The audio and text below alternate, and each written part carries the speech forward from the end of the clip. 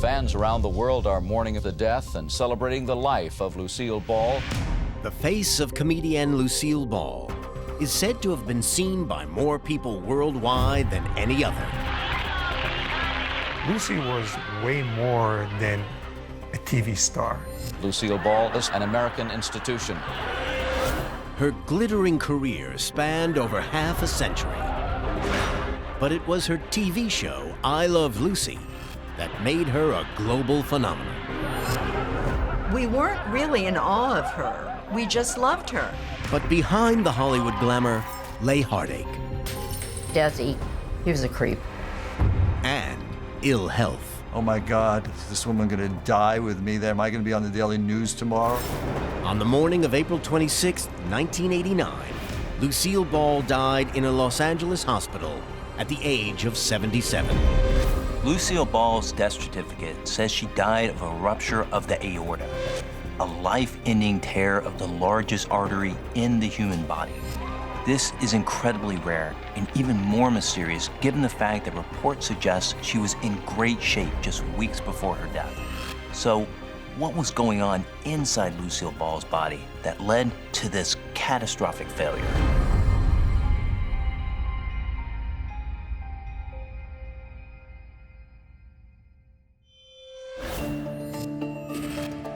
World-renowned medical examiner and forensic pathologist Dr. Michael Hunter has conducted thousands of autopsies.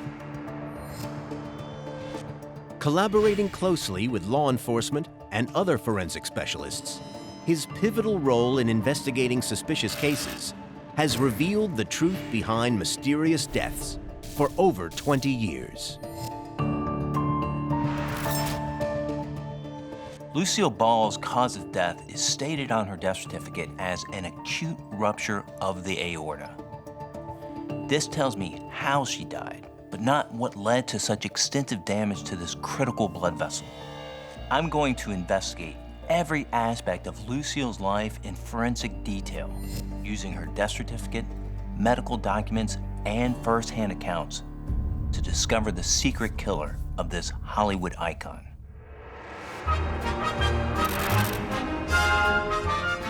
May 1st, 1988. Just less than 1 year before her death, Lucille Ball is backstage, getting ready to appear on a tribute show for comedian Bob Hope. Lucy and Bob Hope were friends and co-stars in so many movies, you know, and they really had a long history together.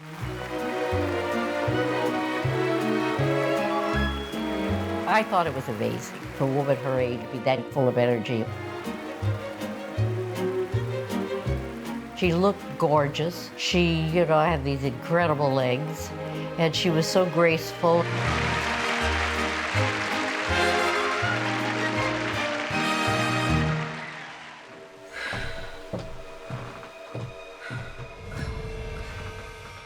After the show, Lucille tries to relax with her second husband, Gary Morton, but she's suffering from recurring headaches.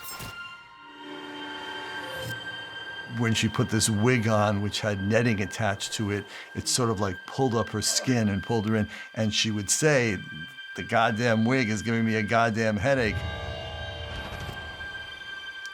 Lucille regularly takes aspirin for the pain.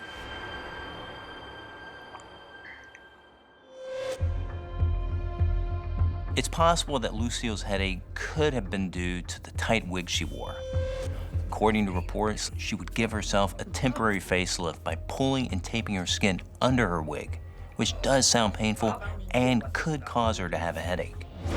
However, this pain would be temporary, and on the surface, there certainly doesn't seem to be much else wrong with her. Looking at the footage from her dance routine at the Bob Hope tribute show in 1988, she's mobile, active, and appears incredibly well for a 76-year-old. However, the fact she'd be dead just 1 year later leads me to ask, could her headaches be more than simply pain from her wig? Are these an indicator of more significant underlying health issues? Lucille Ball was born in 1911 in Jamestown, New York, to Henry Ball and his wife, Dee Dee. Her father died when she was 3, and so she didn't know him at all. She had no conscious memory of him.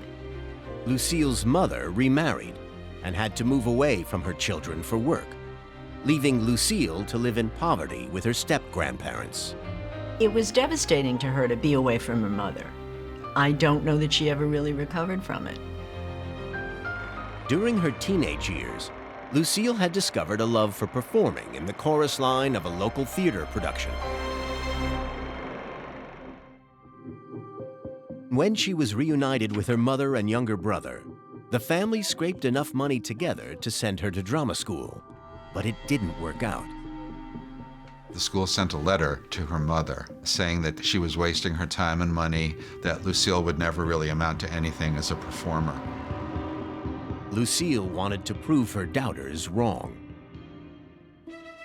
She started working as a model, and then in 1933, at the age of 22, movie producer Sam Goldwyn needed a chorus girl for the movie Roman Scandals. Lucille, who would ultimately become famous for being a redhead, dyed her natural chestnut hair blonde and moved to Hollywood for her big break. This was a woman of high ambition and determination, which she had all her life. She was a massive success and went on to appear in 43 films in the next 7 years, moving up from bit parts to leading lady.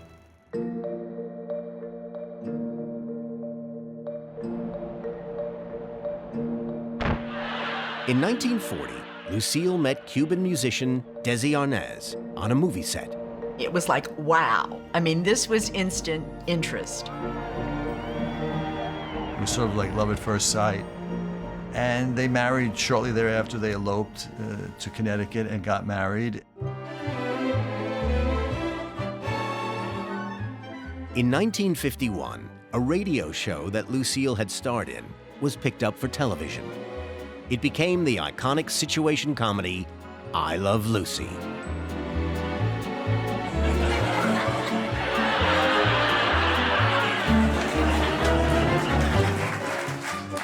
I Love Lucy, it changed the course of the world. It topped the ratings for 4 seasons and peaked at over 70% of American families tuning in to the antics of Lucille's character, Lucy Ricardo. The public just loved her character, and they took her to heart, and they wanted this character in their life. Lucille and Desi were soon running one of the biggest studios in Hollywood, Desilu,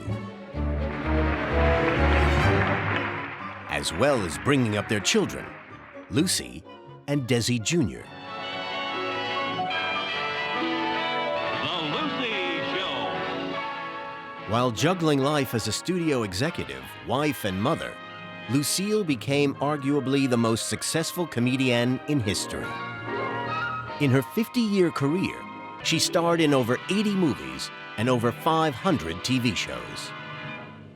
Where have you been? Oh, everywhere. This certainly has been a busy morning.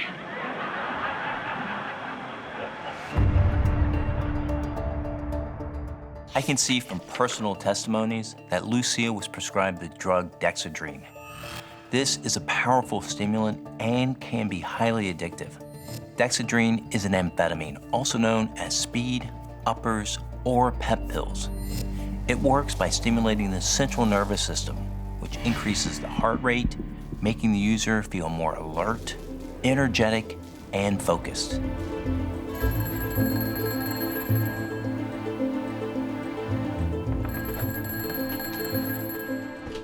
With a young family to care for and an impossible work schedule, it seems Lucille needed some help. Really surprising to find a Dexedrine pill box in her medicine cabinet, but there it was. You know, I was familiar with Dexedrine. Who hadn't tried Dexedrine? But Lucy? Okay. Well, it was a surprise. Dexedrine was readily available and would allow Lucille to keep up her energy for work. I think you need to remember where this woman came from. She was so poor that nothing's secure. So I need to be able to control as much as I can what's around me, because it actually feels very precarious.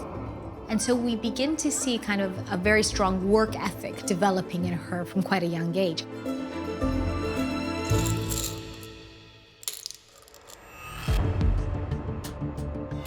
If Lucille was addicted to dexedrine, this would have had a significant impact on her heart by artificially speeding it up, which could have effectively worn it out.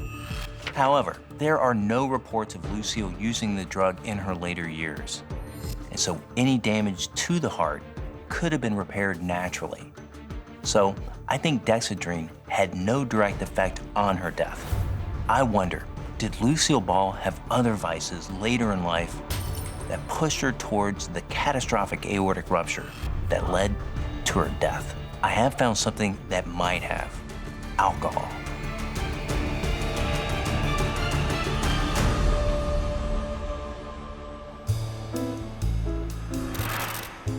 May 2nd, 1988. It's just less than a year before Lucille's death, and she's toasting her success at last night's Bob Hope show with second husband, Gary Morton. Lucy liked to drink a lot. She liked her vices. We would make her a slushie, which sounded like it didn't have booze, but it did have triple sec and tequila. It was really a frozen margarita.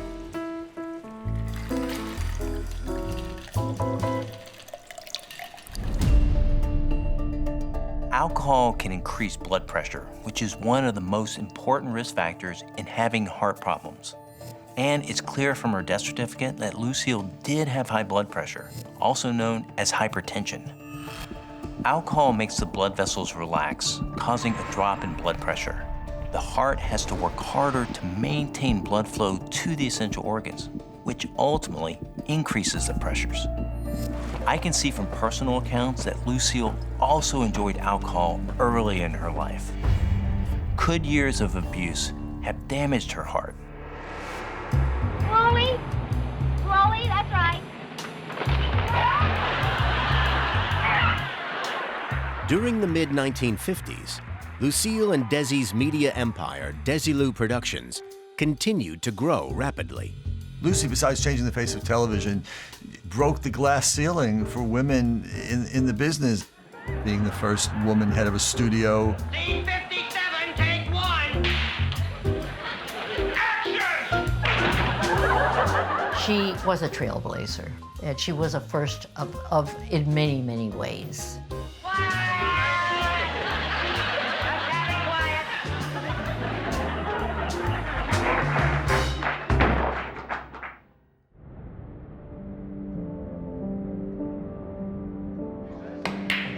With success came pressure, and Lucille and Desi would use alcohol to unwind together. Desi came from nightclubs, and Lucy went to the nightclubs, Ciro's and the Mocambo and all the popular Hollywood spots in the 40s and in the 50s.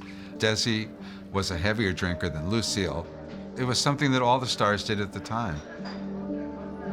But behind the facade of their on and off-screen marriage, there were problems. Desi was a serial womanizer. You know, his excuse to her was he was Latin, and that's what they did, and it didn't matter that he screwed around. He loved her, and he'll always love her. Desi's infidelities eventually became too much.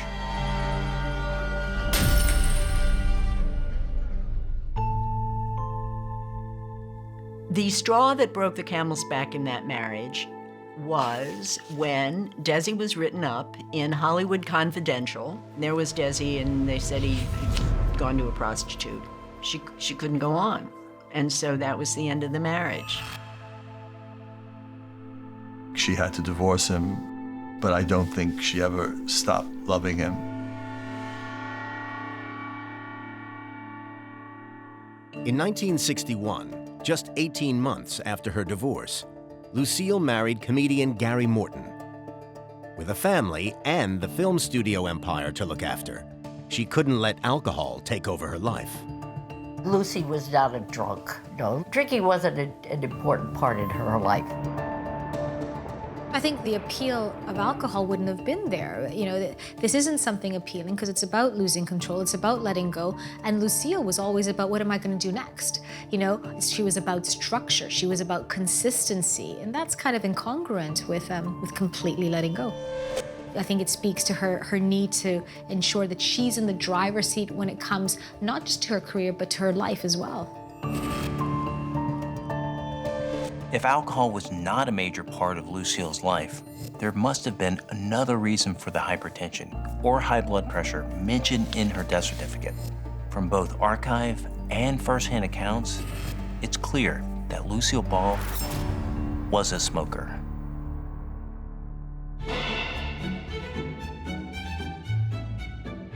She was really addicted to cigarettes, definitely.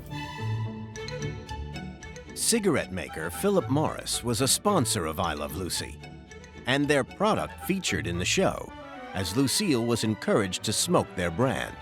Vintage tobacco is richer, finer, more flavorful. When Lucy smoked, nobody knew that you could die of lung cancer or emphysema from smoking.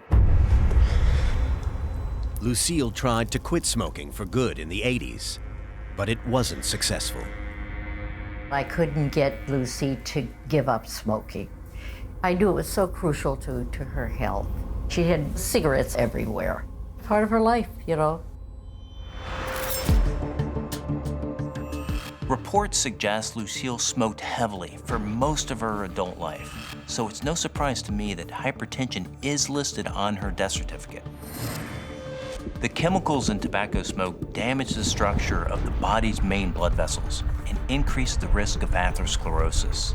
Atherosclerosis is a disease in which a waxy substance called plaque builds up, leading to more resistance in the arteries, which, along with the direct effect of these chemicals, accelerates high blood pressure. Smoking would have impacted on Lucille's heart, but I can see something else from personal reports that seems bizarre. Was Lucille also inhaling a substance often associated with sex? Amyl nitrite.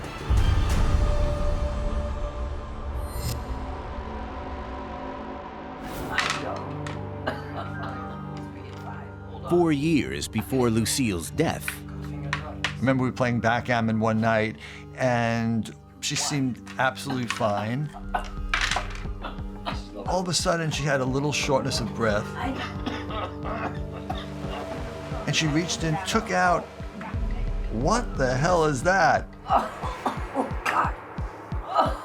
Poppers. Poppers were a sexual thing that certain people did back in the 80s, I've heard. The street name for amyl nitrite is poppers. Poppers are a strong-smelling inhalant, often associated with sex. It gives a head rush high, which has been reported to improve sexual performance and experience. But its original purpose was as a prescription drug to treat angina, a pain or discomfort felt in the chest and caused by poor blood flow to the heart. The inhalation of amyl nitrite's strong vapors relaxes the body's blood vessels, making circulation easier and taking pressure off the heart, easing the pains. It's for this medical purpose that Lucy was using it.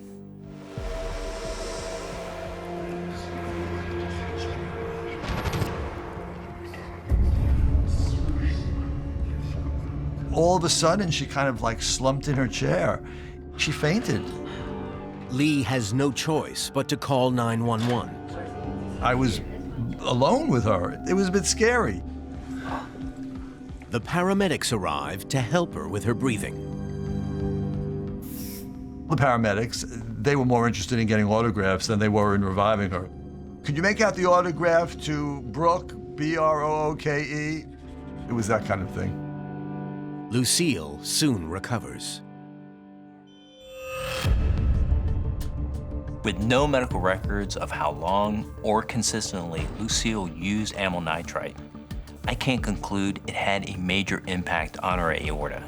But what is worrying is that as early as 1984, 4 years before her death, Lucille Ball was using this inhalant to ease pains in her chest and heart, and that could be a warning sign of already established cardiovascular disease. Issues that I can see by May of 1988 would have become much more serious. It's the morning of May 10th, 1988, less than 1 year before Lucille's death. While she's putting on the final touches of her makeup, she loses control of her right hand. She thought something had fallen. Turned out that it was her arm. And so that's when she knew something was wrong. Lucille calls for help as the loss of feeling spreads to the right side of her face.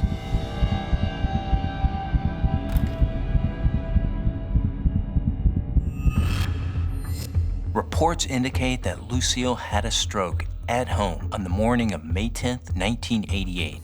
All evidence suggests it was most likely an ischemic stroke. Ischemic strokes are the most common type of stroke. They occur when blood clots block the flow of blood and oxygen to the brain. These blood clots typically form in areas where the arteries have been narrowed or have degenerated over time. And that's often symptomatic of being a heavy smoker, like Lucille.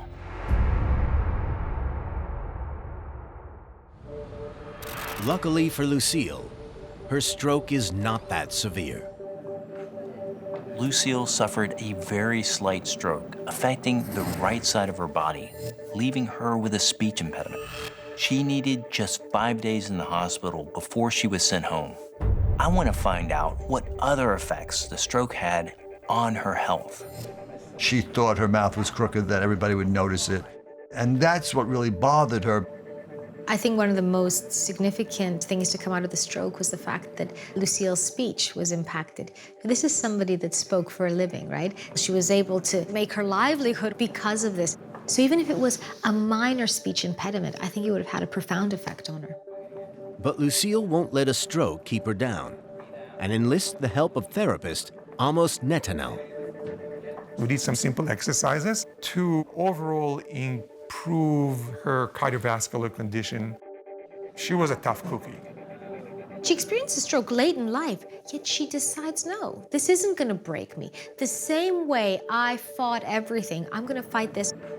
Within 11 months, Lucille bounces back and is in front of the cameras again. March 29th, 1989. At the Oscars that year, the 77-year-old Lucille presents an award. As she celebrates with friends that night, her stroke is a distant memory. Lucy got probably the biggest standing ovation of the 1989 Oscar ceremony. The honor, the love, the respect.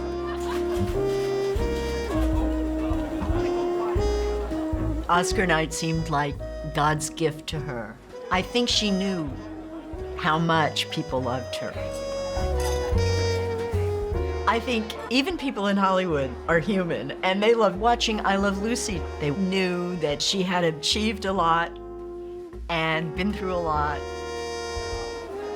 And I have to believe that they were really thrilled to see Lucille Ball. I mean, who wasn't? Her last public appearance was on the Oscars.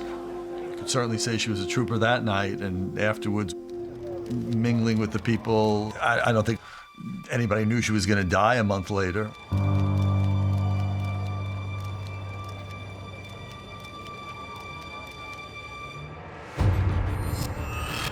"28 days before her death, Lucille was still the life of the party. There seems to be no long-term effects of the stroke, so what did cause her rapid demise? My investigation has discovered reports of a major setback for Lucille some 2 years before her life ended. And I want to find out what impact this had on her health. Desi Arnaz died today of lung cancer. He was 69 years old. He is best remembered by all of us as the husband of a redhead named Lucy.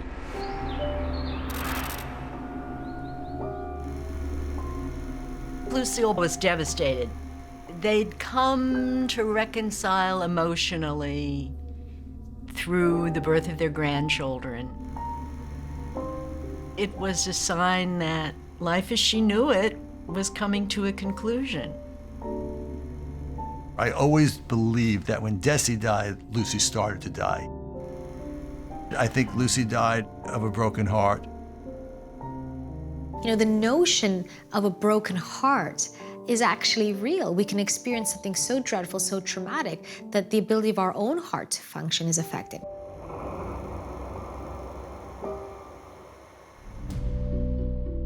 The medical diagnosis is broken heart syndrome. This is a temporary heart condition that's often brought on by stressful situations, such as the death of a loved one. It's thought that a surge of stress hormones, such as adrenaline, might temporarily damage the heart of some people. It's possible that Desi's death played a role in Lucille's heart problems, but it was 2 years before she died, so I need to find out more. Lucy did not die of a broken heart. She died of an aortic valve misfortune. That's what she died of, not a broken heart. Lucille had been happily married to comedian Gary Morton for 25 years by the time she had to deal with Desi's death. Gary and Lucy had a comfortable marriage because she was really married to Gary longer than she was married to Desi. But where Desi was the love of her life, I think Gary gave her support and comfort and security.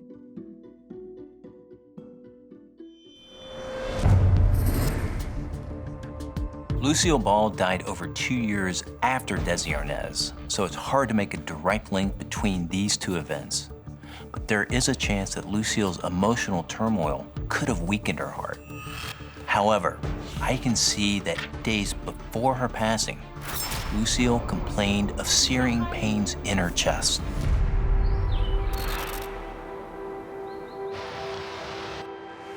April 18th, 1989.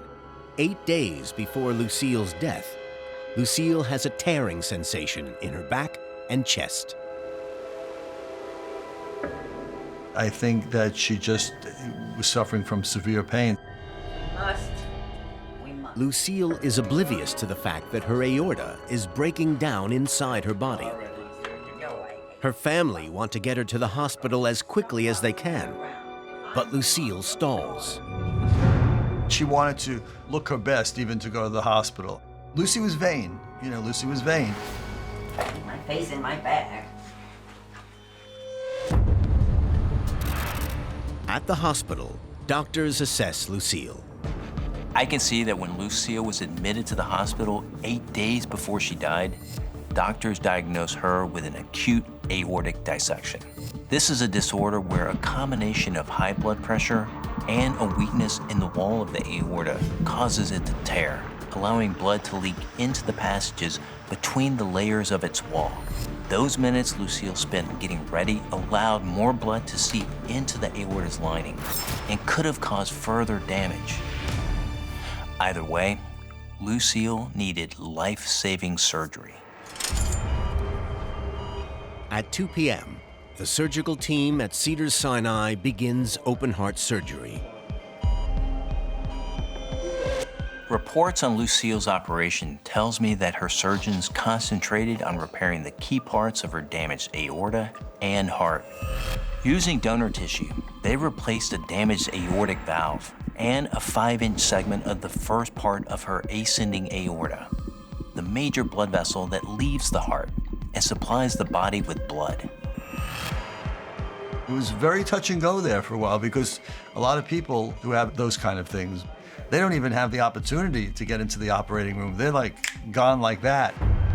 Precise surgery is carried out on Lucille's motionless heart for over 2 hours as a bypass machine circulates blood and oxygen around her body. It was a shocking time for everybody. Surgeons discovered that much of Lucille's aorta had deteriorated, but if they had tried to replace the entire aorta, the operation itself would have been far too long and too risky.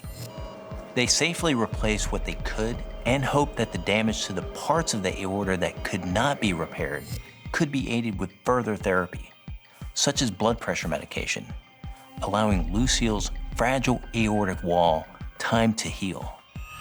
Lucille's operation involved over 6 hours of open heart surgery. This was a challenging procedure that would have had a major effect on the aged heart of a 77-year-old woman. It's been a stressful night for friends and fans of actress Lucille Ball.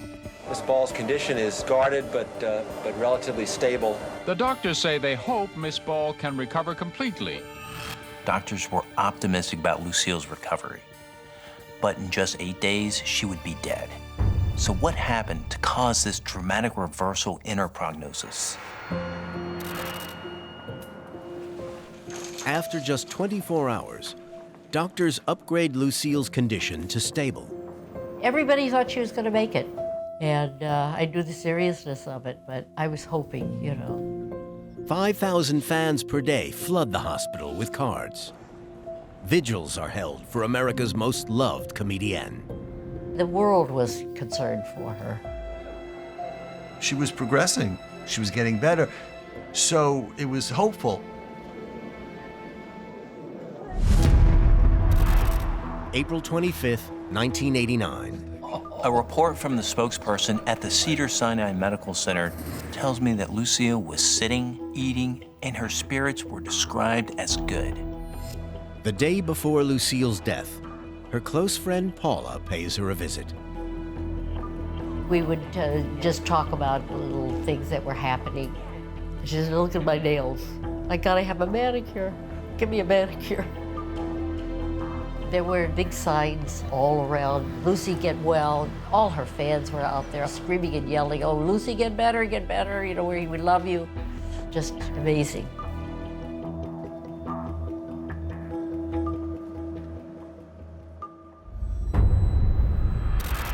At 5 a.m. on the morning of April 26, 1989, Lucille is asleep in her private room when something wakes her. The heart monitors alert Lucille's care team that something catastrophic is happening. She loses consciousness. Lucille deteriorated rapidly after suffering from massive internal blood loss into her abdominal cavity. Within minutes, Lucille's heart stops beating, and resuscitation becomes the priority. Resuscitating a heart that's recently undergone major surgery is challenging. Chest compressions can exert pressure and injure an already fragile area. However, if the only other option is death, doctors must prioritize getting the heart beating again. The team works to save Lucille for 47 minutes.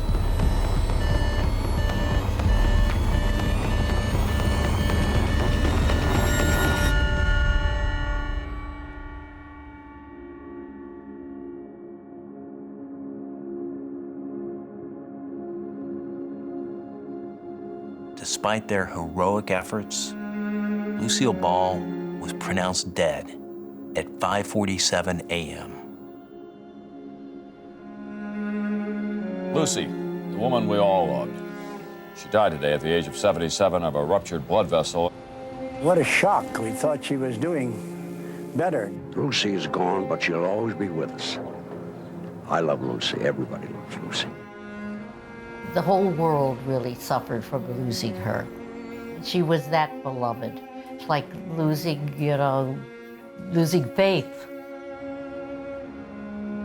I have never in my life seen anything like the outpouring of love and grief. She was our Lucy and she was gone.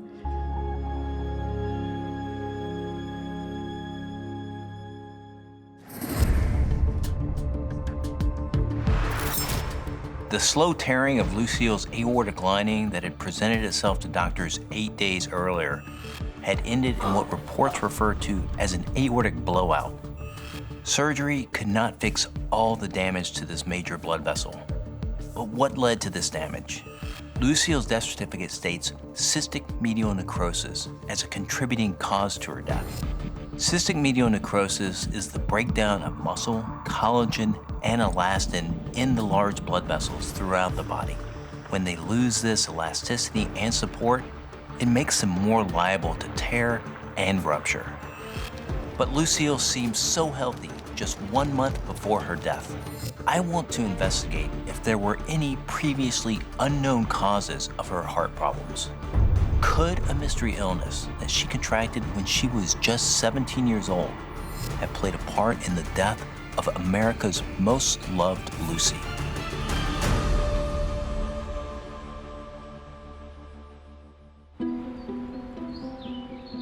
In 1928, a feverish Lucille had to be cared for by her family.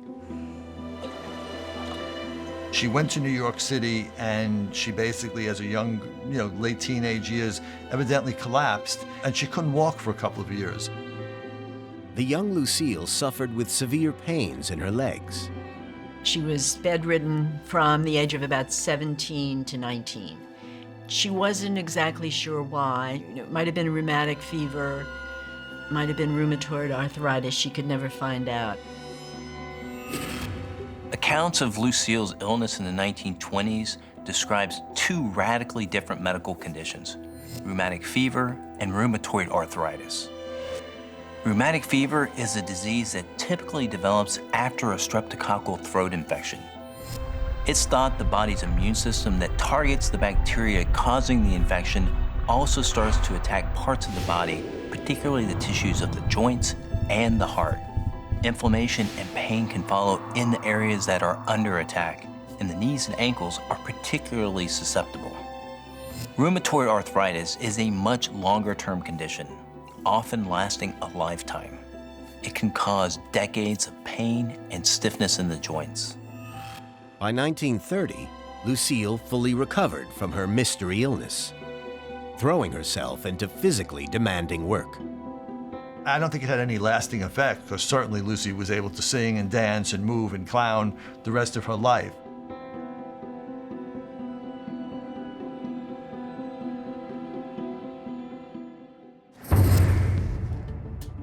Lucille led an active life, and when she died, displayed none of the joint deformities associated with the progressive nature of rheumatoid arthritis. To me, it seems much more likely that Lucille contracted rheumatic fever. Today, antibiotics treat the disease, but in the 1920s, they weren't available, and the condition was common. Interestingly, rheumatic fever also has a link with heart problems in later life, especially with the aorta and the aortic valve. Lucille's teenage illness could have caused her aortic valve to be deformed, creating turbulent blood flow inside the aorta. Over the decades, this would have weakened the aortic wall and increased the likelihood of a rupture, similar to the one that eventually killed Lucille Ball.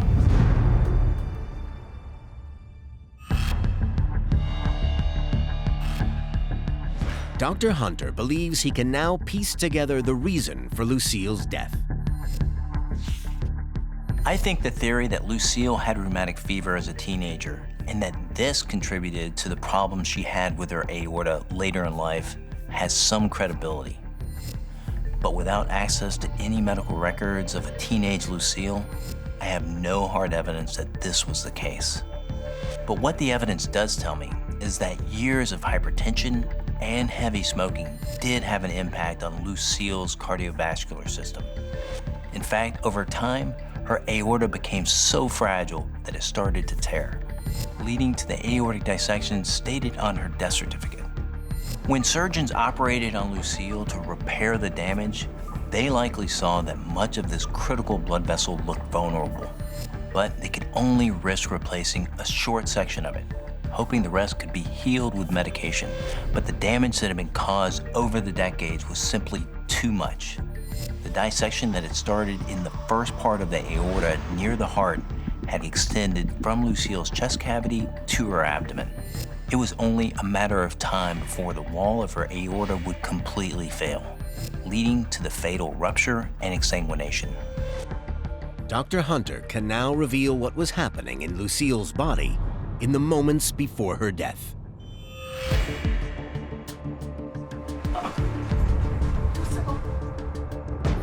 The aorta is such a dominant blood vessel that when it burst, it would have bled out heavily into her abdominal cavity.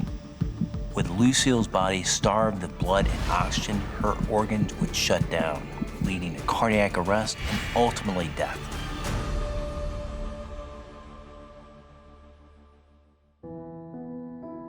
Lucille Ball, a woman who was a fighter for all her life, was still trying to battle back even after her major surgery. But her heart had simply taken too many hits. Lucy's loss was our loss, leading some to call it the day comedy died. The tributes began at 8 o'clock local time. Miss Ball showed us that life is not a tragedy, but a comedy with a happy ending.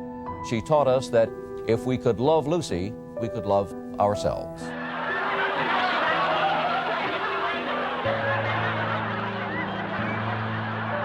She was someone that fought for her career, fought for the way that women were seen, fought for her art, fought for her family, for her kids. And in the end, she did fight for her health. But it seems that it wasn't enough. Lucy was way more than a TV star. And that became very clear after she passed away. Lucy was almost part of the psyche of this nation.